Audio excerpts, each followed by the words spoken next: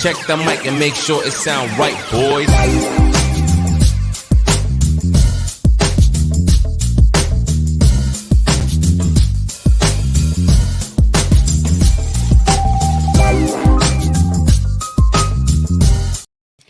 Good evening, everybody. Better check those picks and make sure Jared got them right, boy. Damn, Jared. He's on fire. And Fuego. I don't know how you say hot in Japanese or how to say it in like, I don't know, some other language. Chinese, German. I should know German. My family's from Germany. But I don't know how to say fire in German either. But I can say it in English. Jared's on fire. Dude, in Fuego. What did you do? I mean, what happened last week? Who made the picks for you? Nobody. Come on, man. Nobody makes picks. I make all my own picks. It certainly was a different person than the person that picked Carson Wentz last night, right? Yeah, I know. I mean, that's just evidence, Sean. No, I just took a stab and I had a big whiff there, but things happen. Was the missus making picks for you during last week? Come on, Jared. Be honest, man. Let's go. No. Next week will be fun because I'll give a cameo from Hawaii. So. Yeah, you're gonna do your best Snoop Dogg in Bad Bunny impersonation. You're gonna be on the beach with a tub of cold Coronas in my hand. Yeah. Yes, making some picks from the sun and sand of Hawaii, man. No matter if your picks win or lose, you're a winner next week for sure, my man. With that, I haven't had a real vacation in 10 years, man. So. Yeah, I haven't had a real vacation in probably about 20. Only vacation I've recently went on, I drove out to New York to go to Saratoga to come home with COVID. So that wasn't the best thing ever. But you got to meet some great people, right? Yeah, Terry and Tom are pretty cool.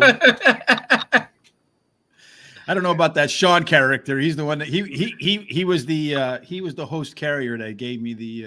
No, somehow I didn't get it from you. I would have thought I would have got it from you. Really? Yeah, I kind of thought that would be the case too. All right, so let's go through the normal procedure here. Let's kind of recap last week. I kind of alluded to this already, but our man Jared was on fire. That Buffalo Bills -8 in the first half. Cha-ching! Ding! For 4 units, that's $363.64 profit. Jared totaling $520.45, texting me like, I don't know, 100 times Sunday afternoon, into Sunday evening, doing his best Muhammad Ali impression. I tell you, I'm the best of all time. They can't touch me. I was on the ropes with that Chargers Browns game. I was sitting on the edge of my seat saying, I think you guys were high on the Browns, so pretty happy about that. So Jared coming through with a big week. So hopefully you follow Jared in his roller coaster from week to week, from either up a lot or down a lot. Our man Sean Sean's got a little bit of golf etiquette. Yeah.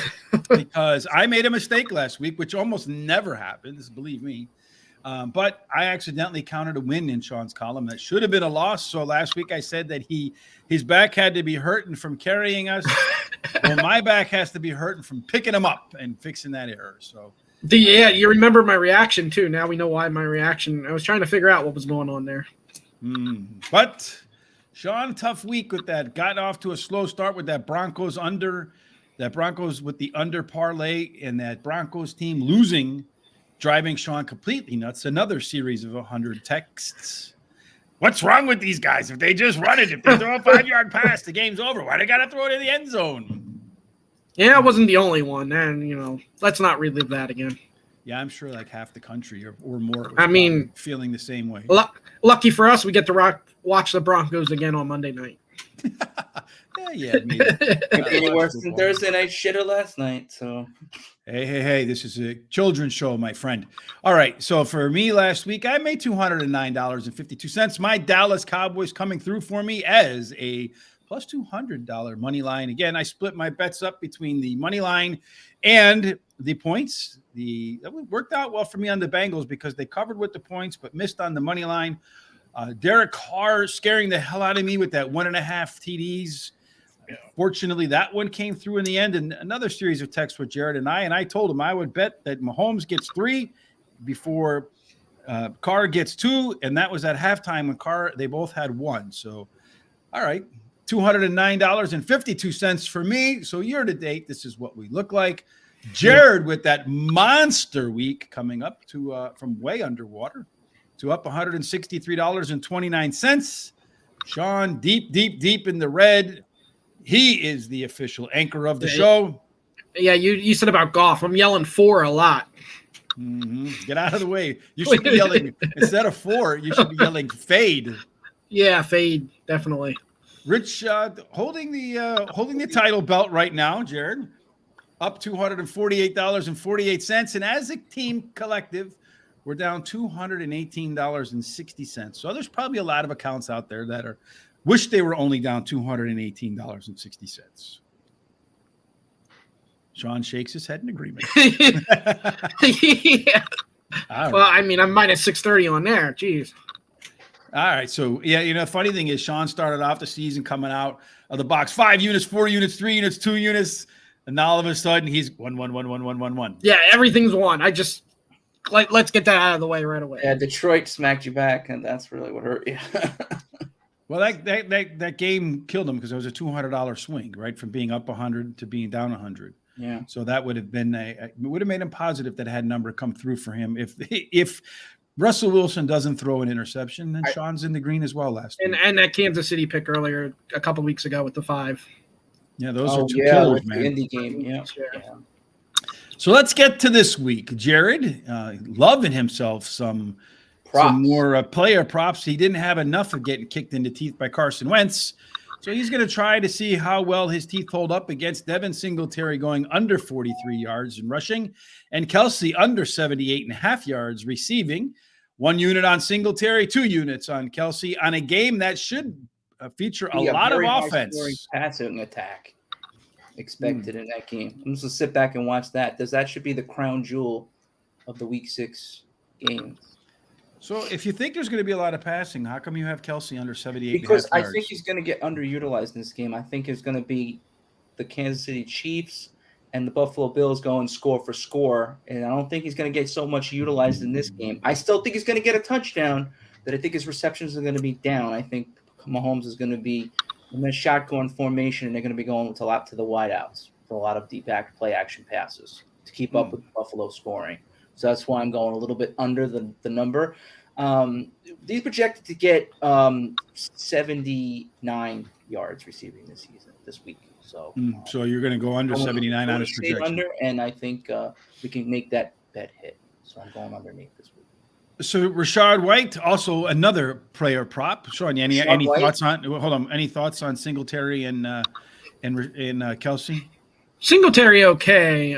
Kelsey, I would definitely not go under, especially after last week. Yeah, he had 4 touchdowns. He only had 20-some yards receiving, but they're going to definitely feature him a lot more against Buffalo. Yeah, I wouldn't know what to do with Kelsey. I think it can go either way, to be honest with you. Singletary under 43 yards rushing seems like a good bet to me because that sometimes the run game. 10 yards. He's only averaging 10 carries a game. And he's been under the number in 5 to 6 weeks. Yeah, that's what I'm saying. It seems like a good number to me because that running game, they go with the hot hand. So if Zach Moss is doing well, then he'll probably get some runs. If Cook is doing all right, he'll get some runs. But in the end, it's always Josh Allen that leads the team in rushing yards. You know, he's a leading rusher on the team. Yeah, I believe that. I didn't look at the player props, but I would also look at Gabriel Davis on the over with the receiver. He lit him up last year in the playoffs, and Kansas City still don't have anybody to cover him. And he had a huge game last week as well. Finally getting here for a minute. Good to see you, Dennis Trusty. Let's see. Yes, it is a children's show indeed. I'm a drunk child. We can be drunk on profits. Well, kick Shawn off. LOL. He can rebound. Yes, he does need the rebound for sure. All right, so let's get to the games then, fellas. Let's start off with the games that we like versus the line, and then we'll move over to we'll go to the totals, and then we'll go over to the money line. So first up, let's go with Jared again, since he's the hot hand. Well, he was until he decided to go with a drunk child named Carson Wentz.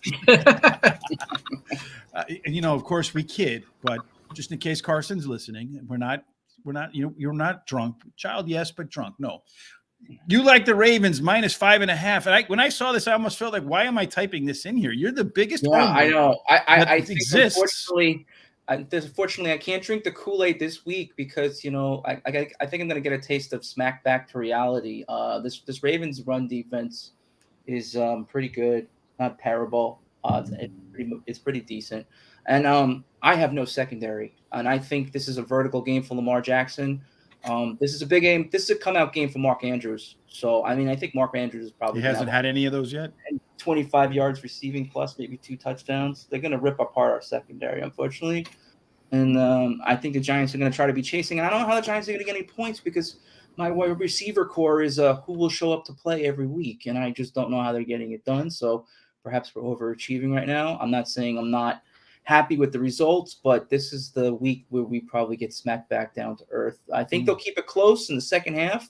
They've been a pretty good second half team this season, but I still think the Ravens are a better team and should probably come out with the W on the road and cover. So I went with the Ravens. I think the Ravens are the better team too, but again, it looks to me sometimes, I felt like the Ravens would be more than a 5.5 point favorite. When I ran through my numbers, I do have Baltimore winning, but it'll be close, and maybe the Giants cover, maybe late backdoor cover from the Giants down 13, get a field goal. Get a late touchdown, meaningless touchdown as the game comes to an end, and cover on the backdoor. I do think Baltimore's the big winner here. Sean, what about you? Yeah, I agree. I stayed away from it because there's a lot of flaws in this Ravens team too. They're not as good as everybody projects them to be. So 5.5 seemed too much for me to go the Ravens way, although I do think the Ravens probably squeak one out here. Yeah, and the thing about the Ravens too is no lead seems safe against them. Yeah, and that defense, the run defense is decent, but that defense is giving up points. So Giants surprised me last week against Green Bay, even though Green Bay has flaws too, but I was surprised that the Giants scored, 27 points against Green Bay. So 17 unanswered in the second half. Yeah, so I was surprised with that. So they keep surprised. So that's why I stayed away from this. 5.5 is just too much to give up with a team like the Ravens that I just find still has too many flaws. So the Vikings and the Dolphins. Sean not staying away from the Vikings that are hot and cold. They're one team in Minnesota, completely another team somewhere else. A dome team going outside in the heat, kind of cool up in the Midwest, in the north in the case of the Vikings. Are they going to be able to withstand that hot, humid air down in Miami? Yeah, that didn't really bother me. Miami's got Skylar Thompson again. He didn't play awful last week against the Jets, but I feel like their whole momentum here with Miami's getting killed by Tua being out, now Teddy Bridgewater being hurt. 3 points seemed awfully low for the Vikings, who've been playing really well. So I feel like the Vikings should be able to win this game by at least a touchdown. Dennis got the Falcons plus 5.5. The Pack smack minus 7.5 against the Jets. The Bengals laying 2.5. And the Dolphins having a third-string quarterback. He's on agreement with you, Sean. He likes the Vikings as well. What about you, Mr. Jared? Do you think an overreaction to Skyler? He got a seventh-round first-year quarterback. If Minnesota can't – if Kirk Cousins can't beat him, he should be like Sean and we kick him off of the NFL. Well, that's the other thing. Miami's defense is struggling as well. Yeah, I would lean on the over in this game, to be honest, if I was betting it. I think that Miami can score some points in this game, and, I think it's a vertical game back and forth. I think there's going to be some scoring. I think this is one of those trap games. On paper, it looks like Minnesota's a shoo-in, but you can't even with a third-string quarterback, you can never count out Tyreek Hill and Jalen Waddle. This is going to be Waddle for the first time in 3 weeks has not been on the injury report during the middle of the week, so maybe he's going to show back up again, though I do think that sometimes these rookie quarterbacks, they first read. Tyreek Hill is probably the first read in the offense on 80% of the passing plays. So I think you could see a big week out of Tyreek Hill. Also, the question is, will Minnesota be able to neutralize Moser? As I think he's going to have a very integral part of this game. I think it's going to be very run heavy to fill out the Vikings. And if they got the run going, then Miami could pull this one out. This could be one of those trap games this week. So, Sean, Jared is not the homer this week, and Sean is the homer this week. Going with his Jets, catching 7.5. He saw the Giants beat him. He's like, well, if the Giants can do it, the Jets can do it, and there's no more rationale beyond that. Well, no, there is. I've said all year this Green Bay team is flawed, big time. They're not. Aaron Rodgers can't just make receivers catch the ball. You got Randall Cobb going for 95 yards. He's not a number one receiver anymore. Well, Dennis, that's easy. That's the Eagles and the Cowboys because that's first place in the NFC East. That's going to be a good game. Obviously. So 7.5. Even if the Jets lose by a touchdown, they cover here. And I think the Jets play down to the wire, and it comes down to the wire whether they win this game or not. like I said last week, Zach Wilson's looking better. They do have the weapons now that they have a quarterback to get them to. Flacco's not a standing statue back here anymore. Zach Wilson is running around and making plays. So I love the fact that I got the hook and then half a point. I don't see them losing this game by more than a touchdown. All right.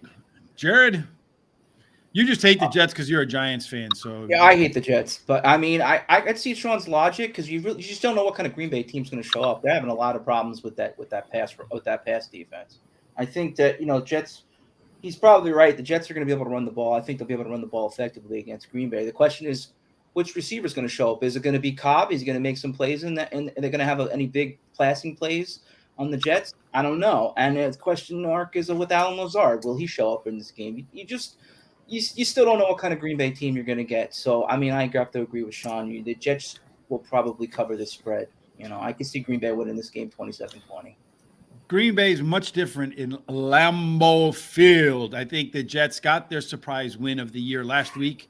They're not going to get a surprise win this week. That hook might come into play, but definitely, I believe, at least the proprietary algorithm says that the Packers win and the Packers cover. So I think you're going to see some mistakes out of Mr. Zach this week, and we'll see how that plays out. But I hope for you, Sean, that's not the case. The Bengals and the Saints. Boy, Sean, have you not lost enough money on the Bengals? Well, I don't know if I haven't been on the Bengals the last few weeks. So I wouldn't say that.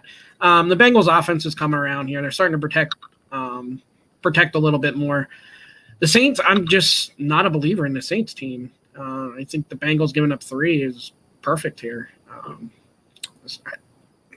Andy Dalton, Jameis Winston. I don't believe in the Saints either way offensively. Giants this week, more power to you. I mean, I'm a diehard Giants fan too, but I just can't trust my team this week against the Ravens.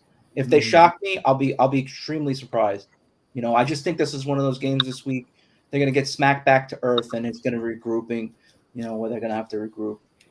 So Dennis has his faint saying says they suck. So he's in agreement with you, Sean. I think their defense was supposed to be their strength this year, boy. I don't know what that was last week. Yeah, their defense has not lived up to what they're supposed to. I mean, they're playing decent, but it was supposed to be really, really good. And if you look at it on paper, it should be really, really good, and it hasn't been. So I think the Bengals starting to figure it out offensively. And if you're playing protecting Burrow, I would lean over. But, I mean, that's what I would lean on the over. I think the Saints are still going to score points, but I still think outright, though, the Bengals are going to win this game. They're going to find a way to scrape by and win this game. Yeah, it's tough in the NFL to win on the road. Bengals right now do look like the better team to me. You got Joe Burrow. Seems like he's getting back into action. Good running game with Mixon. I think they have more ways to win than the Saints do. So I think the Bengals do win that game. Maybe by a field goal or more. I would lean the Bengals as well in that spot. The Chiefs and the Bills, I think that's probably, as you said, the marquee game of the weekend, maybe aside from the first place online from Dallas and Philadelphia. But certainly all eyes are going to be on Mahomes versus Allen. I was looking at this game as a player prop. Josh Allen over 46.5 yards. When you look at that, that pops off the screen. Like, no way a quarterback's going to run for 46.5 yards. Last year in the playoff game, he ran for almost 80 against Kansas City. And so far this year, he ran 46 in one game, so that would have been under by a half a yard, 10 in the other, but the other 3 would have been overs for sure. So that might be one you want to look at as a player prop, is Josh Allen over 46.5 yards. I'm not going to do it. This game, I couldn't pick a side either way because I think really either team can win. Buffalo's probably the more motivated team coming off the loss last year. They want to kind of prove a point, if not for some great decision-making from the Las Vegas Raiders. The Chiefs might have lost last week against the Raiders. But, Sean and I joke that, there's 32 men and women, 32 head coaches in the NFL that struggle with basic math. Yeah. We've extended that number a little bit because we forgot to include coordinators. You go for the tie in that situation. That was a bad decision to go for that 2-point conversion. So that cost them that game. Yeah, I think it's back and forth, but Buffalo's more loaded offensively. Kansas City didn't match up well with Buffalo last year. Kansas City stole that game at the end. Giving up 2.5 here, I don't see Kansas City stopping Buffalo. Gabriel Davis is going to have another huge game. Stefan Diggs is going to probably have a touchdown or 2. I think Buffalo wins this pretty convincingly. And when I say convincingly, it's probably by a touchdown to 10 points, but you're not going to feel like they're going to I don't lose think this so. game. I think this is closer than you think. I think this is. I think this is the Chiefs. The Chiefs are home. This is Buffalo going on the road. This is not Orchard Stadium.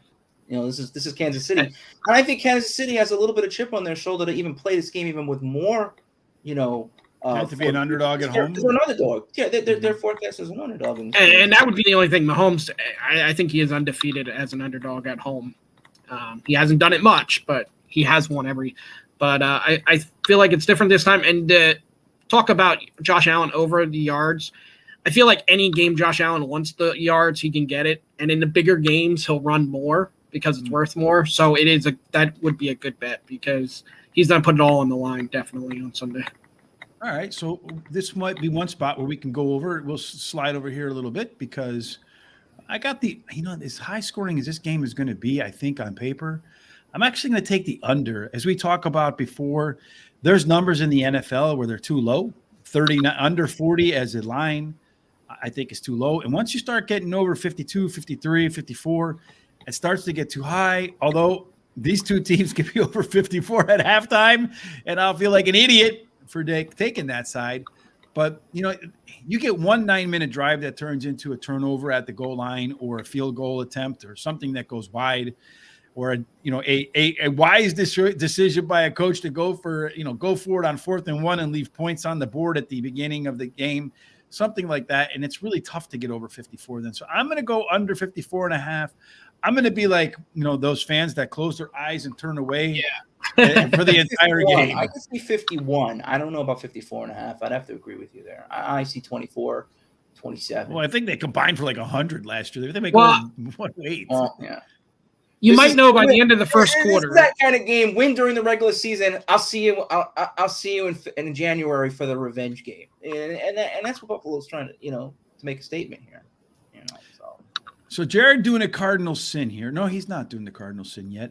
I think he does have a cardinal sin coming up. Cowboys plus 6.5 in the game. Dennis says is one of the most consequential games of the weekend. I don't know. I feel like 6.5 too. I only have 2 picks for during the day, so I have a really light schedule of things that actually qualified for the proprietary algorithms. And as you guys know that I don't play Sunday night unless I'm ahead during Sunday during the day. And I like the Cowboys in this spot too. I don't know if they necessarily win this game, but I feel like 6.5 is too many points in a game that's likely to be a field goal game. Although from my experience watching the Cowboys and being a Cowboys fan, it seems like when they play the Eagles, they either blow the Eagles out or get blown out. So Shawn thinks it's going to be a closer game. That defense certainly should keep him in the spot. Yeah, that's 6.5. I think this is a close defensive battle all the way to the end. I understand some people are upset that Dak Prescott's practicing. Looked like he's all right. They should bring him back. But I think it goes more than that. It's not that Cooper Rush is better than Dak Prescott. It's the fact that this team's in rhythm right now. This would not be a good week to bring Dak back. Right now they got what they got with Cooper Rush. They know what they're doing. So they'll finish the stretch here and then bring Dak back next week. But I think 6.5 is too many points. So I'm going to go there. And I think Dallas will be fighting for the win at the end. I'm not saying they're going to pull it off, but same as the Jets and the Packers, I think they'll be there. And you, Jared? This is the game where you would want to have Dak in this situation. Unfortunately, I don't think you want to have Dak in this situation. Well, they don't want to. Not for the reasons you think. They want to play it safe, and I get that because you're thinking about the. I don't even think it's about playing it safe. Here's what it's about. I think they want to put Dak in after Cooper Rush loses a game. This is the last thing they want. Cooper Rush game. This is the Cooper Rush game where the mistakes catch up. He's gotten away over the last couple of weeks. There's been opportunities where he could have made certain mistakes in games that cost him the game. This is where I believe the Philadelphia Eagles, the strength of that Philadelphia Eagles defense is going to show up, trump that of Dallas's, and that passing attack, which is way better than Dallas's, is going to exploit them in that secondary because Diggs can't do it all. He can't. Well, at some point, Jalen Hurts is going to make some mistakes too because he made quite a few. You have a mobile quarter, yeah, he's mobile too, and he's going to make plays on his feet too and keep plays going, and keep the chains moving, which is going to Philadelphia is going to be able to control the time of possession. That's going to hurt Dallas. They're going to be chasing. So I think they don't want to put Dak in this game because they are a touchdown underdog essentially. It's the last thing you want to have is Cooper Rush win 5 in a row, put Dak in, and go right to an L. You want to create a controversy, go right ahead and do that.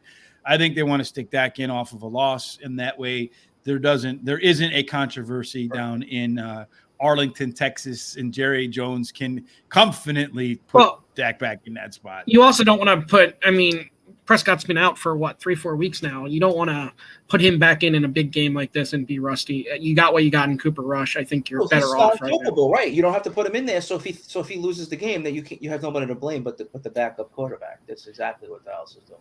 So you like in this game the game to go under because you feel like it's going to be a defensive struggle there, Mr. Jared? I think there'll be defensive plays on both sides of the ball. I think there'll be some turnovers, and I think that the Eagles will be able to capitalize on some of those plays, maybe 3 or 6 points on the defensive side of the ball. But I still see this game going under. I don't think the Dallas Cowboys are going to get through that secondary. I think you have it as an over. Yeah, I was gonna say wait. Oh, I have it as an over. I meant to put it as an under. You meant as an under? Are you sure? Did I have it? You know what? Just leave it as it. I'll say it's. I'll just leave it as is because sometimes if you go against the grain, you end up hurting yourself. So just leave it as an over. So he's arguing both ways. The great thing about that is one side's going to be right. Leave it as an over. Leave it as an over. Next game on the docket is the 49ers and the Falcons. I'm kind of on my own here because Jared is going to go the under with the Falcons. Dennis is going to take the Falcons and the points. I'm going to take the 49ers. Every week we talk about there being a square sucker bet. This one you can just circle this one and put square. You can square this one off because this looks like the straight up square sucker bet to me. But the 49ers, their defense is one of the best defenses in the league. Mariota struggling to complete passes. Atlanta's top offensive player, Cordell Patterson, is going to be out again. Maybe Pitts plays. Maybe the rookie wide receiver plays. I don't know. But even if they do, I don't think it makes a difference. I feel like this game should have been like at least a 7-point swing in favor of the Falcons. The 49ers. I'm going to do like Jared and argue both sides here. But to me, this game was the one that stood off to me. It's the only one against the line that qualified for and the Cowboys too. But I'll see how I am at the end of Sunday during the day. But to me, I think the 49ers are the best bet of the day. Well, I'll say this. The Falcons are the only team left that's perfect against the spread. So that may be the reason that keeps coming down too, is people keep betting the Falcons because of that. Because they've been money so far. But just statistically speaking, Sean. Oh, yeah. That's all the more reason why you should bet against them. Right. The trend has to change. Because this did start at 5.5, 6, and it's working its way down. Yeah, that's another thing. Like people are betting Atlanta. And I'm like, wait a minute. I could take this line all the way up to about 6.5, 7 and still feel comfortable. So at 4.5, I don't know. Is Trey Lance coming back on one leg? I'm not quite sure what's going on here. But I feel like this game the most dynamic player on the field belongs to the 49ers, right? The better kicking game belongs to the 49ers. The better defense belongs to the 49ers. The better quarterback, maybe between him and Mariota, belongs to the 49ers. The better run game belongs to the 49ers. The better special teams belongs to the 49ers. So why are they only at a 4.5-point favorite? Well, I will say the big thing you brought up there, though, too, is injuries. And this Atlanta team's going to be totally different without Cordell Patterson. So that would be my biggest concern. They didn't have him last week, and they hung in there. I know. Maybe Garoppolo doesn't get the same roughing penalties as Brady gets, even though they're from the same. So, all right, Jared. So this one you have it listed as under, but do you want it to go over or do you want it to go under? Make your case. Here's my case. Do the 49ers – here's the thing. How many points do the 49ers score realistically? Okay. I don't think they're going to score 30. I don't think they're going to score 30. Sean didn't think so either last week. Can the Falcons score more than 9 or 10 points? 12 points? I don't know. I don't see it happening. Well, 12 would be an interesting number. 4 field goals. The way some games have been this year, 12's not. Yeah, I think not impossible. Between 9 and 12 is a realistic number. And even if the 49ers score 30, you're still on the under. I think you're good. I think it's solid this week. So I'm gonna go under. So if you think that though with the Falcons, wouldn't it be better to take what Rich did and take the 49ers giving up 4.5? Or in your case, money line up for -200, Jared. The money line, the 49, the 49ers aren't plus 200. Minus. All right, so you made a cardinal sin with the Ravens and the Giants. You're safe and play the under. You think that game's going under as well, right? Because that's a sin I never commit. I don't want to be wrong on two things in one game. I guess the more positive outlook is you can be right on both sides. The NFL is tough as it is. Getting one side of a game is difficult, but getting both sides is really hard. Jared's going to try to tackle that feat. He's going to go under unless he wants to go over the Ravens and the Giants. Under because I don't know where I'm going to get the wide receiver help. That's the thing that I'm questioning this week. Look, I know what Barkley is. He's already going to be proven, and he's going to be comeback player of the year. He's going to have his 115 on the ground. No question about that. And he'll probably have a touchdown. But where's the other point production going to come from? Is he going to be making an audition to get traded to the Ravens? What's that? Is he making an audition to get traded to the Ravens? No. He's making his audition to get his Reese contract re-upped by the Giants to lock him up. But here's the thing. The field goals is more practical, okay, in realistic sense for the Giants this week. They'll probably have one offensive touchdown. There's your 7. That's Barkley. Done. Lock that up. Here, I said it again. Lock that up. Then you have to talk about a field goal game position. So then that's probably about 4 field goals. There's 19 points. So you still under the under. I still think you're going under the under. All right. So here's my question. They got 27 versus Green Bay, and Green Bay have been playing better defense than Ravens this year. But Green Bay didn't have a pass rush at all. Not at all. And they had no run defense. Baltimore is last in the league in their run defense. So the Giants should effectively be able to lean on the running game. They're going to be able to lean on the running game. It's the question of whether the passing attack is going to come into play. And who I have, David Sills so far I've seen, and Giandry Jones or something, or rather. I don't even know who this guy is everywhere where they drafted him. So I don't know. I just maybe they found him in the same supermarket as Kurt Warner. I don't want to drink the Kool-Aid and be like, oh, my Giants are going to win this week because I don't see it because I think the Ravens are going to score 30. That was only good for the first 4 weeks. Like I said, Sean, this is the game realistically they get smacked back to earth. Then they get the Jags in Houston. Then they're on a win streak again. Before we get to Thanksgiving, we're 8-2 going into Dallas. That's the way I see it based on the schedule. But this is that game that gives you the Giants suck. A smack of reality, and then you get back in the win streak. So, Giants suck. Giants suck. All right, let's head on over to some of the money line. They're going to win now. Money line plays. So there's before we get to the fun one in here, Bengals and the Saints. You're going to take the Bengals minus 141 as your pick as a money line pick for 2 units. We've talked about that game. We all agree that the Bengals are the likely winner there because, as Dennis said, his Saints suck. And then the Jaguars. Sean, you're on the Jaguar train, Sean? What's going on? After last week when they couldn't beat Houston at home, now they're going to travel to Indianapolis and win on the road? Well, I mean, that makes perfect sense the way the NFL operates. That stuff happens all the time. I mean, a few weeks ago, Jacksonville completely dominated Indianapolis. And this defense for Jacksonville is playing really well. And Indianapolis's offense still is not good. Matt Ryan. Did you see the game between Houston and Jacksonville last week, Sean? I did see the game with Houston and Jacksonville. What did they score? 6 points? 9 points? They scored 6 points, I believe. I believe it was 9-6, something like that. But but Indy. First off, Jacksonville plays Indy really well. Indy's struggled against Jacksonville lately. We've seen the game a few weeks ago. Indy's offense is not good. Jacksonville's defense has been the strength of the team and been really well. Did you see how many? I just think. What's his name? You know what? This is the value here with Jacksonville, and this also could be You're getting value with Jackson? Yes, this could be that. You said about a sucker bet? Jacksonville in the same sentence. Oh, my Lord. For Trevor Lawrence in the last 2 weeks? I believe it's 7 picks in the last 2 weeks for Trevor Lawrence. Sean How many every did year Matt comes Ryan up throw with in one. How many did Matt Ryan throw? What was it last year, Sean? When all else fails, well, you know what they say, when all else fails, go with the Browns. This week, Jacksonville is the value. All right, so... Well, this could be the sucker bet because Jacksonville's the better team here, and we just saw what happened a couple weeks ago when Jacksonville completely dominated Indy, and you're getting plus value. So maybe it's the sucker bet. All right, the final game of the week. I'm just going to put the 2 in one corner, and in this corner, coming in off a $500 winning weekend, we got Jared jumping, Jared, whatever. Left jab, Jared. And then on the other side, we got Swift Shawn. Jared's going to take the Cardinals and lay the money line for minus 135. Shawn's taking the Seahawks. He is now a big believer of Geno Smith after running him out of town as a Jets fan.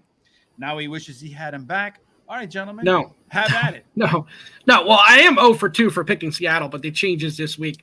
Seattle's offense just keeps moving the ball. Don't let him get away with everything, Jared. The weakness on Seattle's the defense, and Arizona likes to kick field goals. The Cardinals are combined 5-1 against Seattle. End of story. This is the play this week. Play the Cardinals, money line. Cardinals. You're going to let him get away with that, Shawn? Outright. Come on. No. Because Arizona will move the ball up right down the field. Like a 1-2-3 off the chin. It's called a mobile quarterback. And Brock Murray makes plays on his feet. It's going to keep the chains moving, Shawn. Have you seen this Arizona offense? Do you look at Kyler Murray's reaction every time he goes to the sideline? Do you see Cliff Kingsbury? Come on. Seattle played Detroit. Who did they play last week? Denver? I don't remember. They played the Saints, and they moved up and down the field.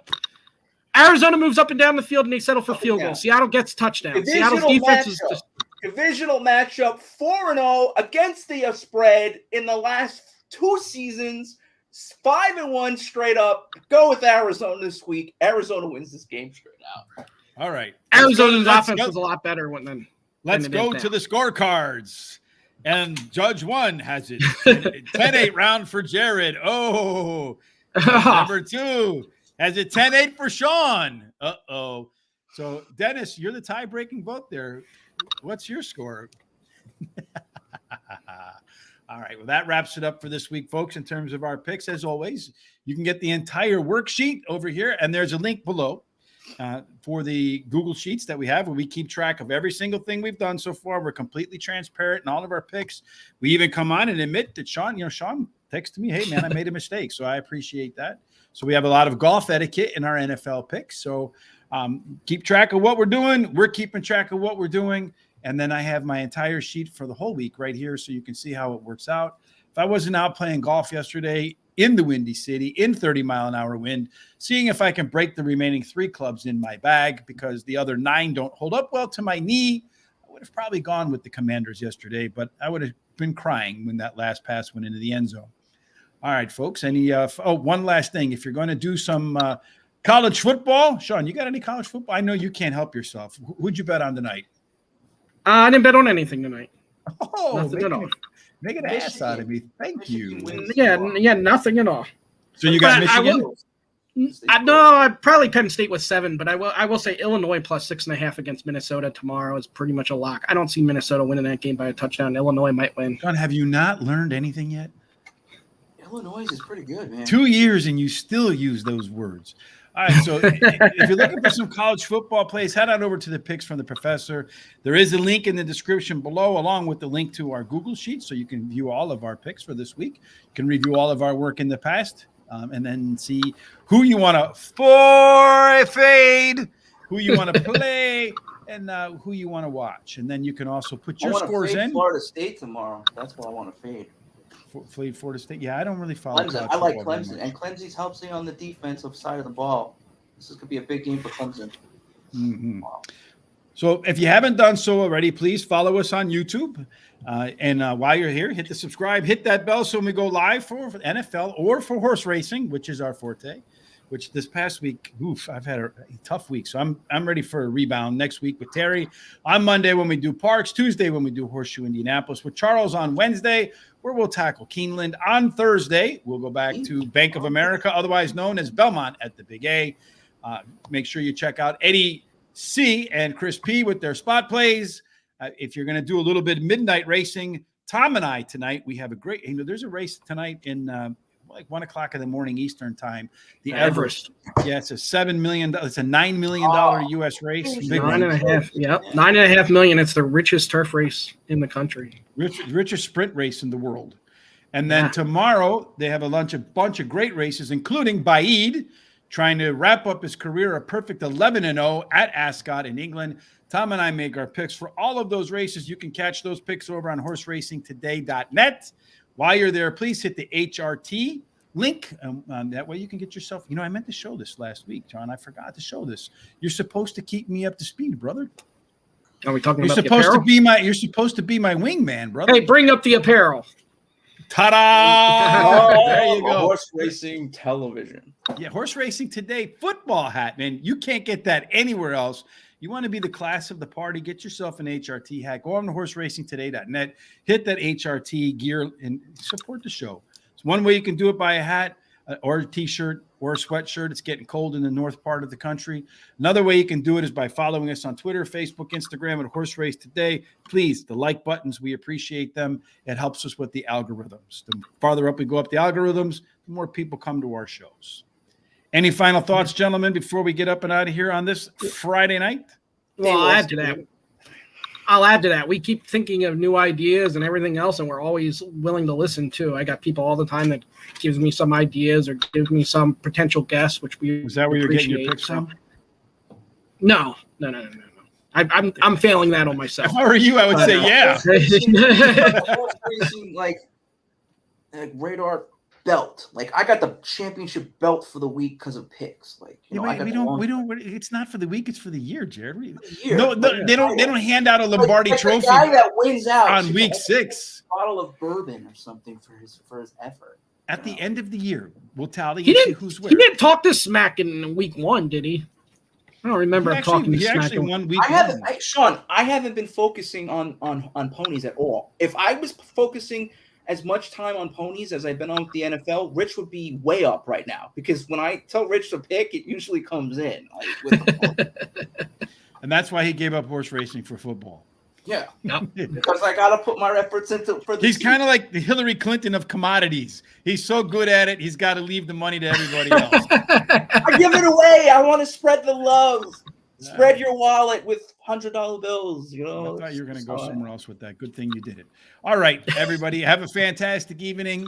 No matter what you do, whether it's horse racing, whether you're going to do college football, major league playoffs. Now we got NHL in season. Jared with his Las Vegas Golden Knights hat on. And then, of course, the NBA is not all that far away either. So we're in that sweet spot of sports betting where everything is going to be rolling in just a couple of days. So whatever it is you're doing, cutting the grass, we hope it only ends up in one place, guys. And that has to be and can only be the end zone. Beautiful. Thanks for joining us. Have a fantastic weekend. Boys.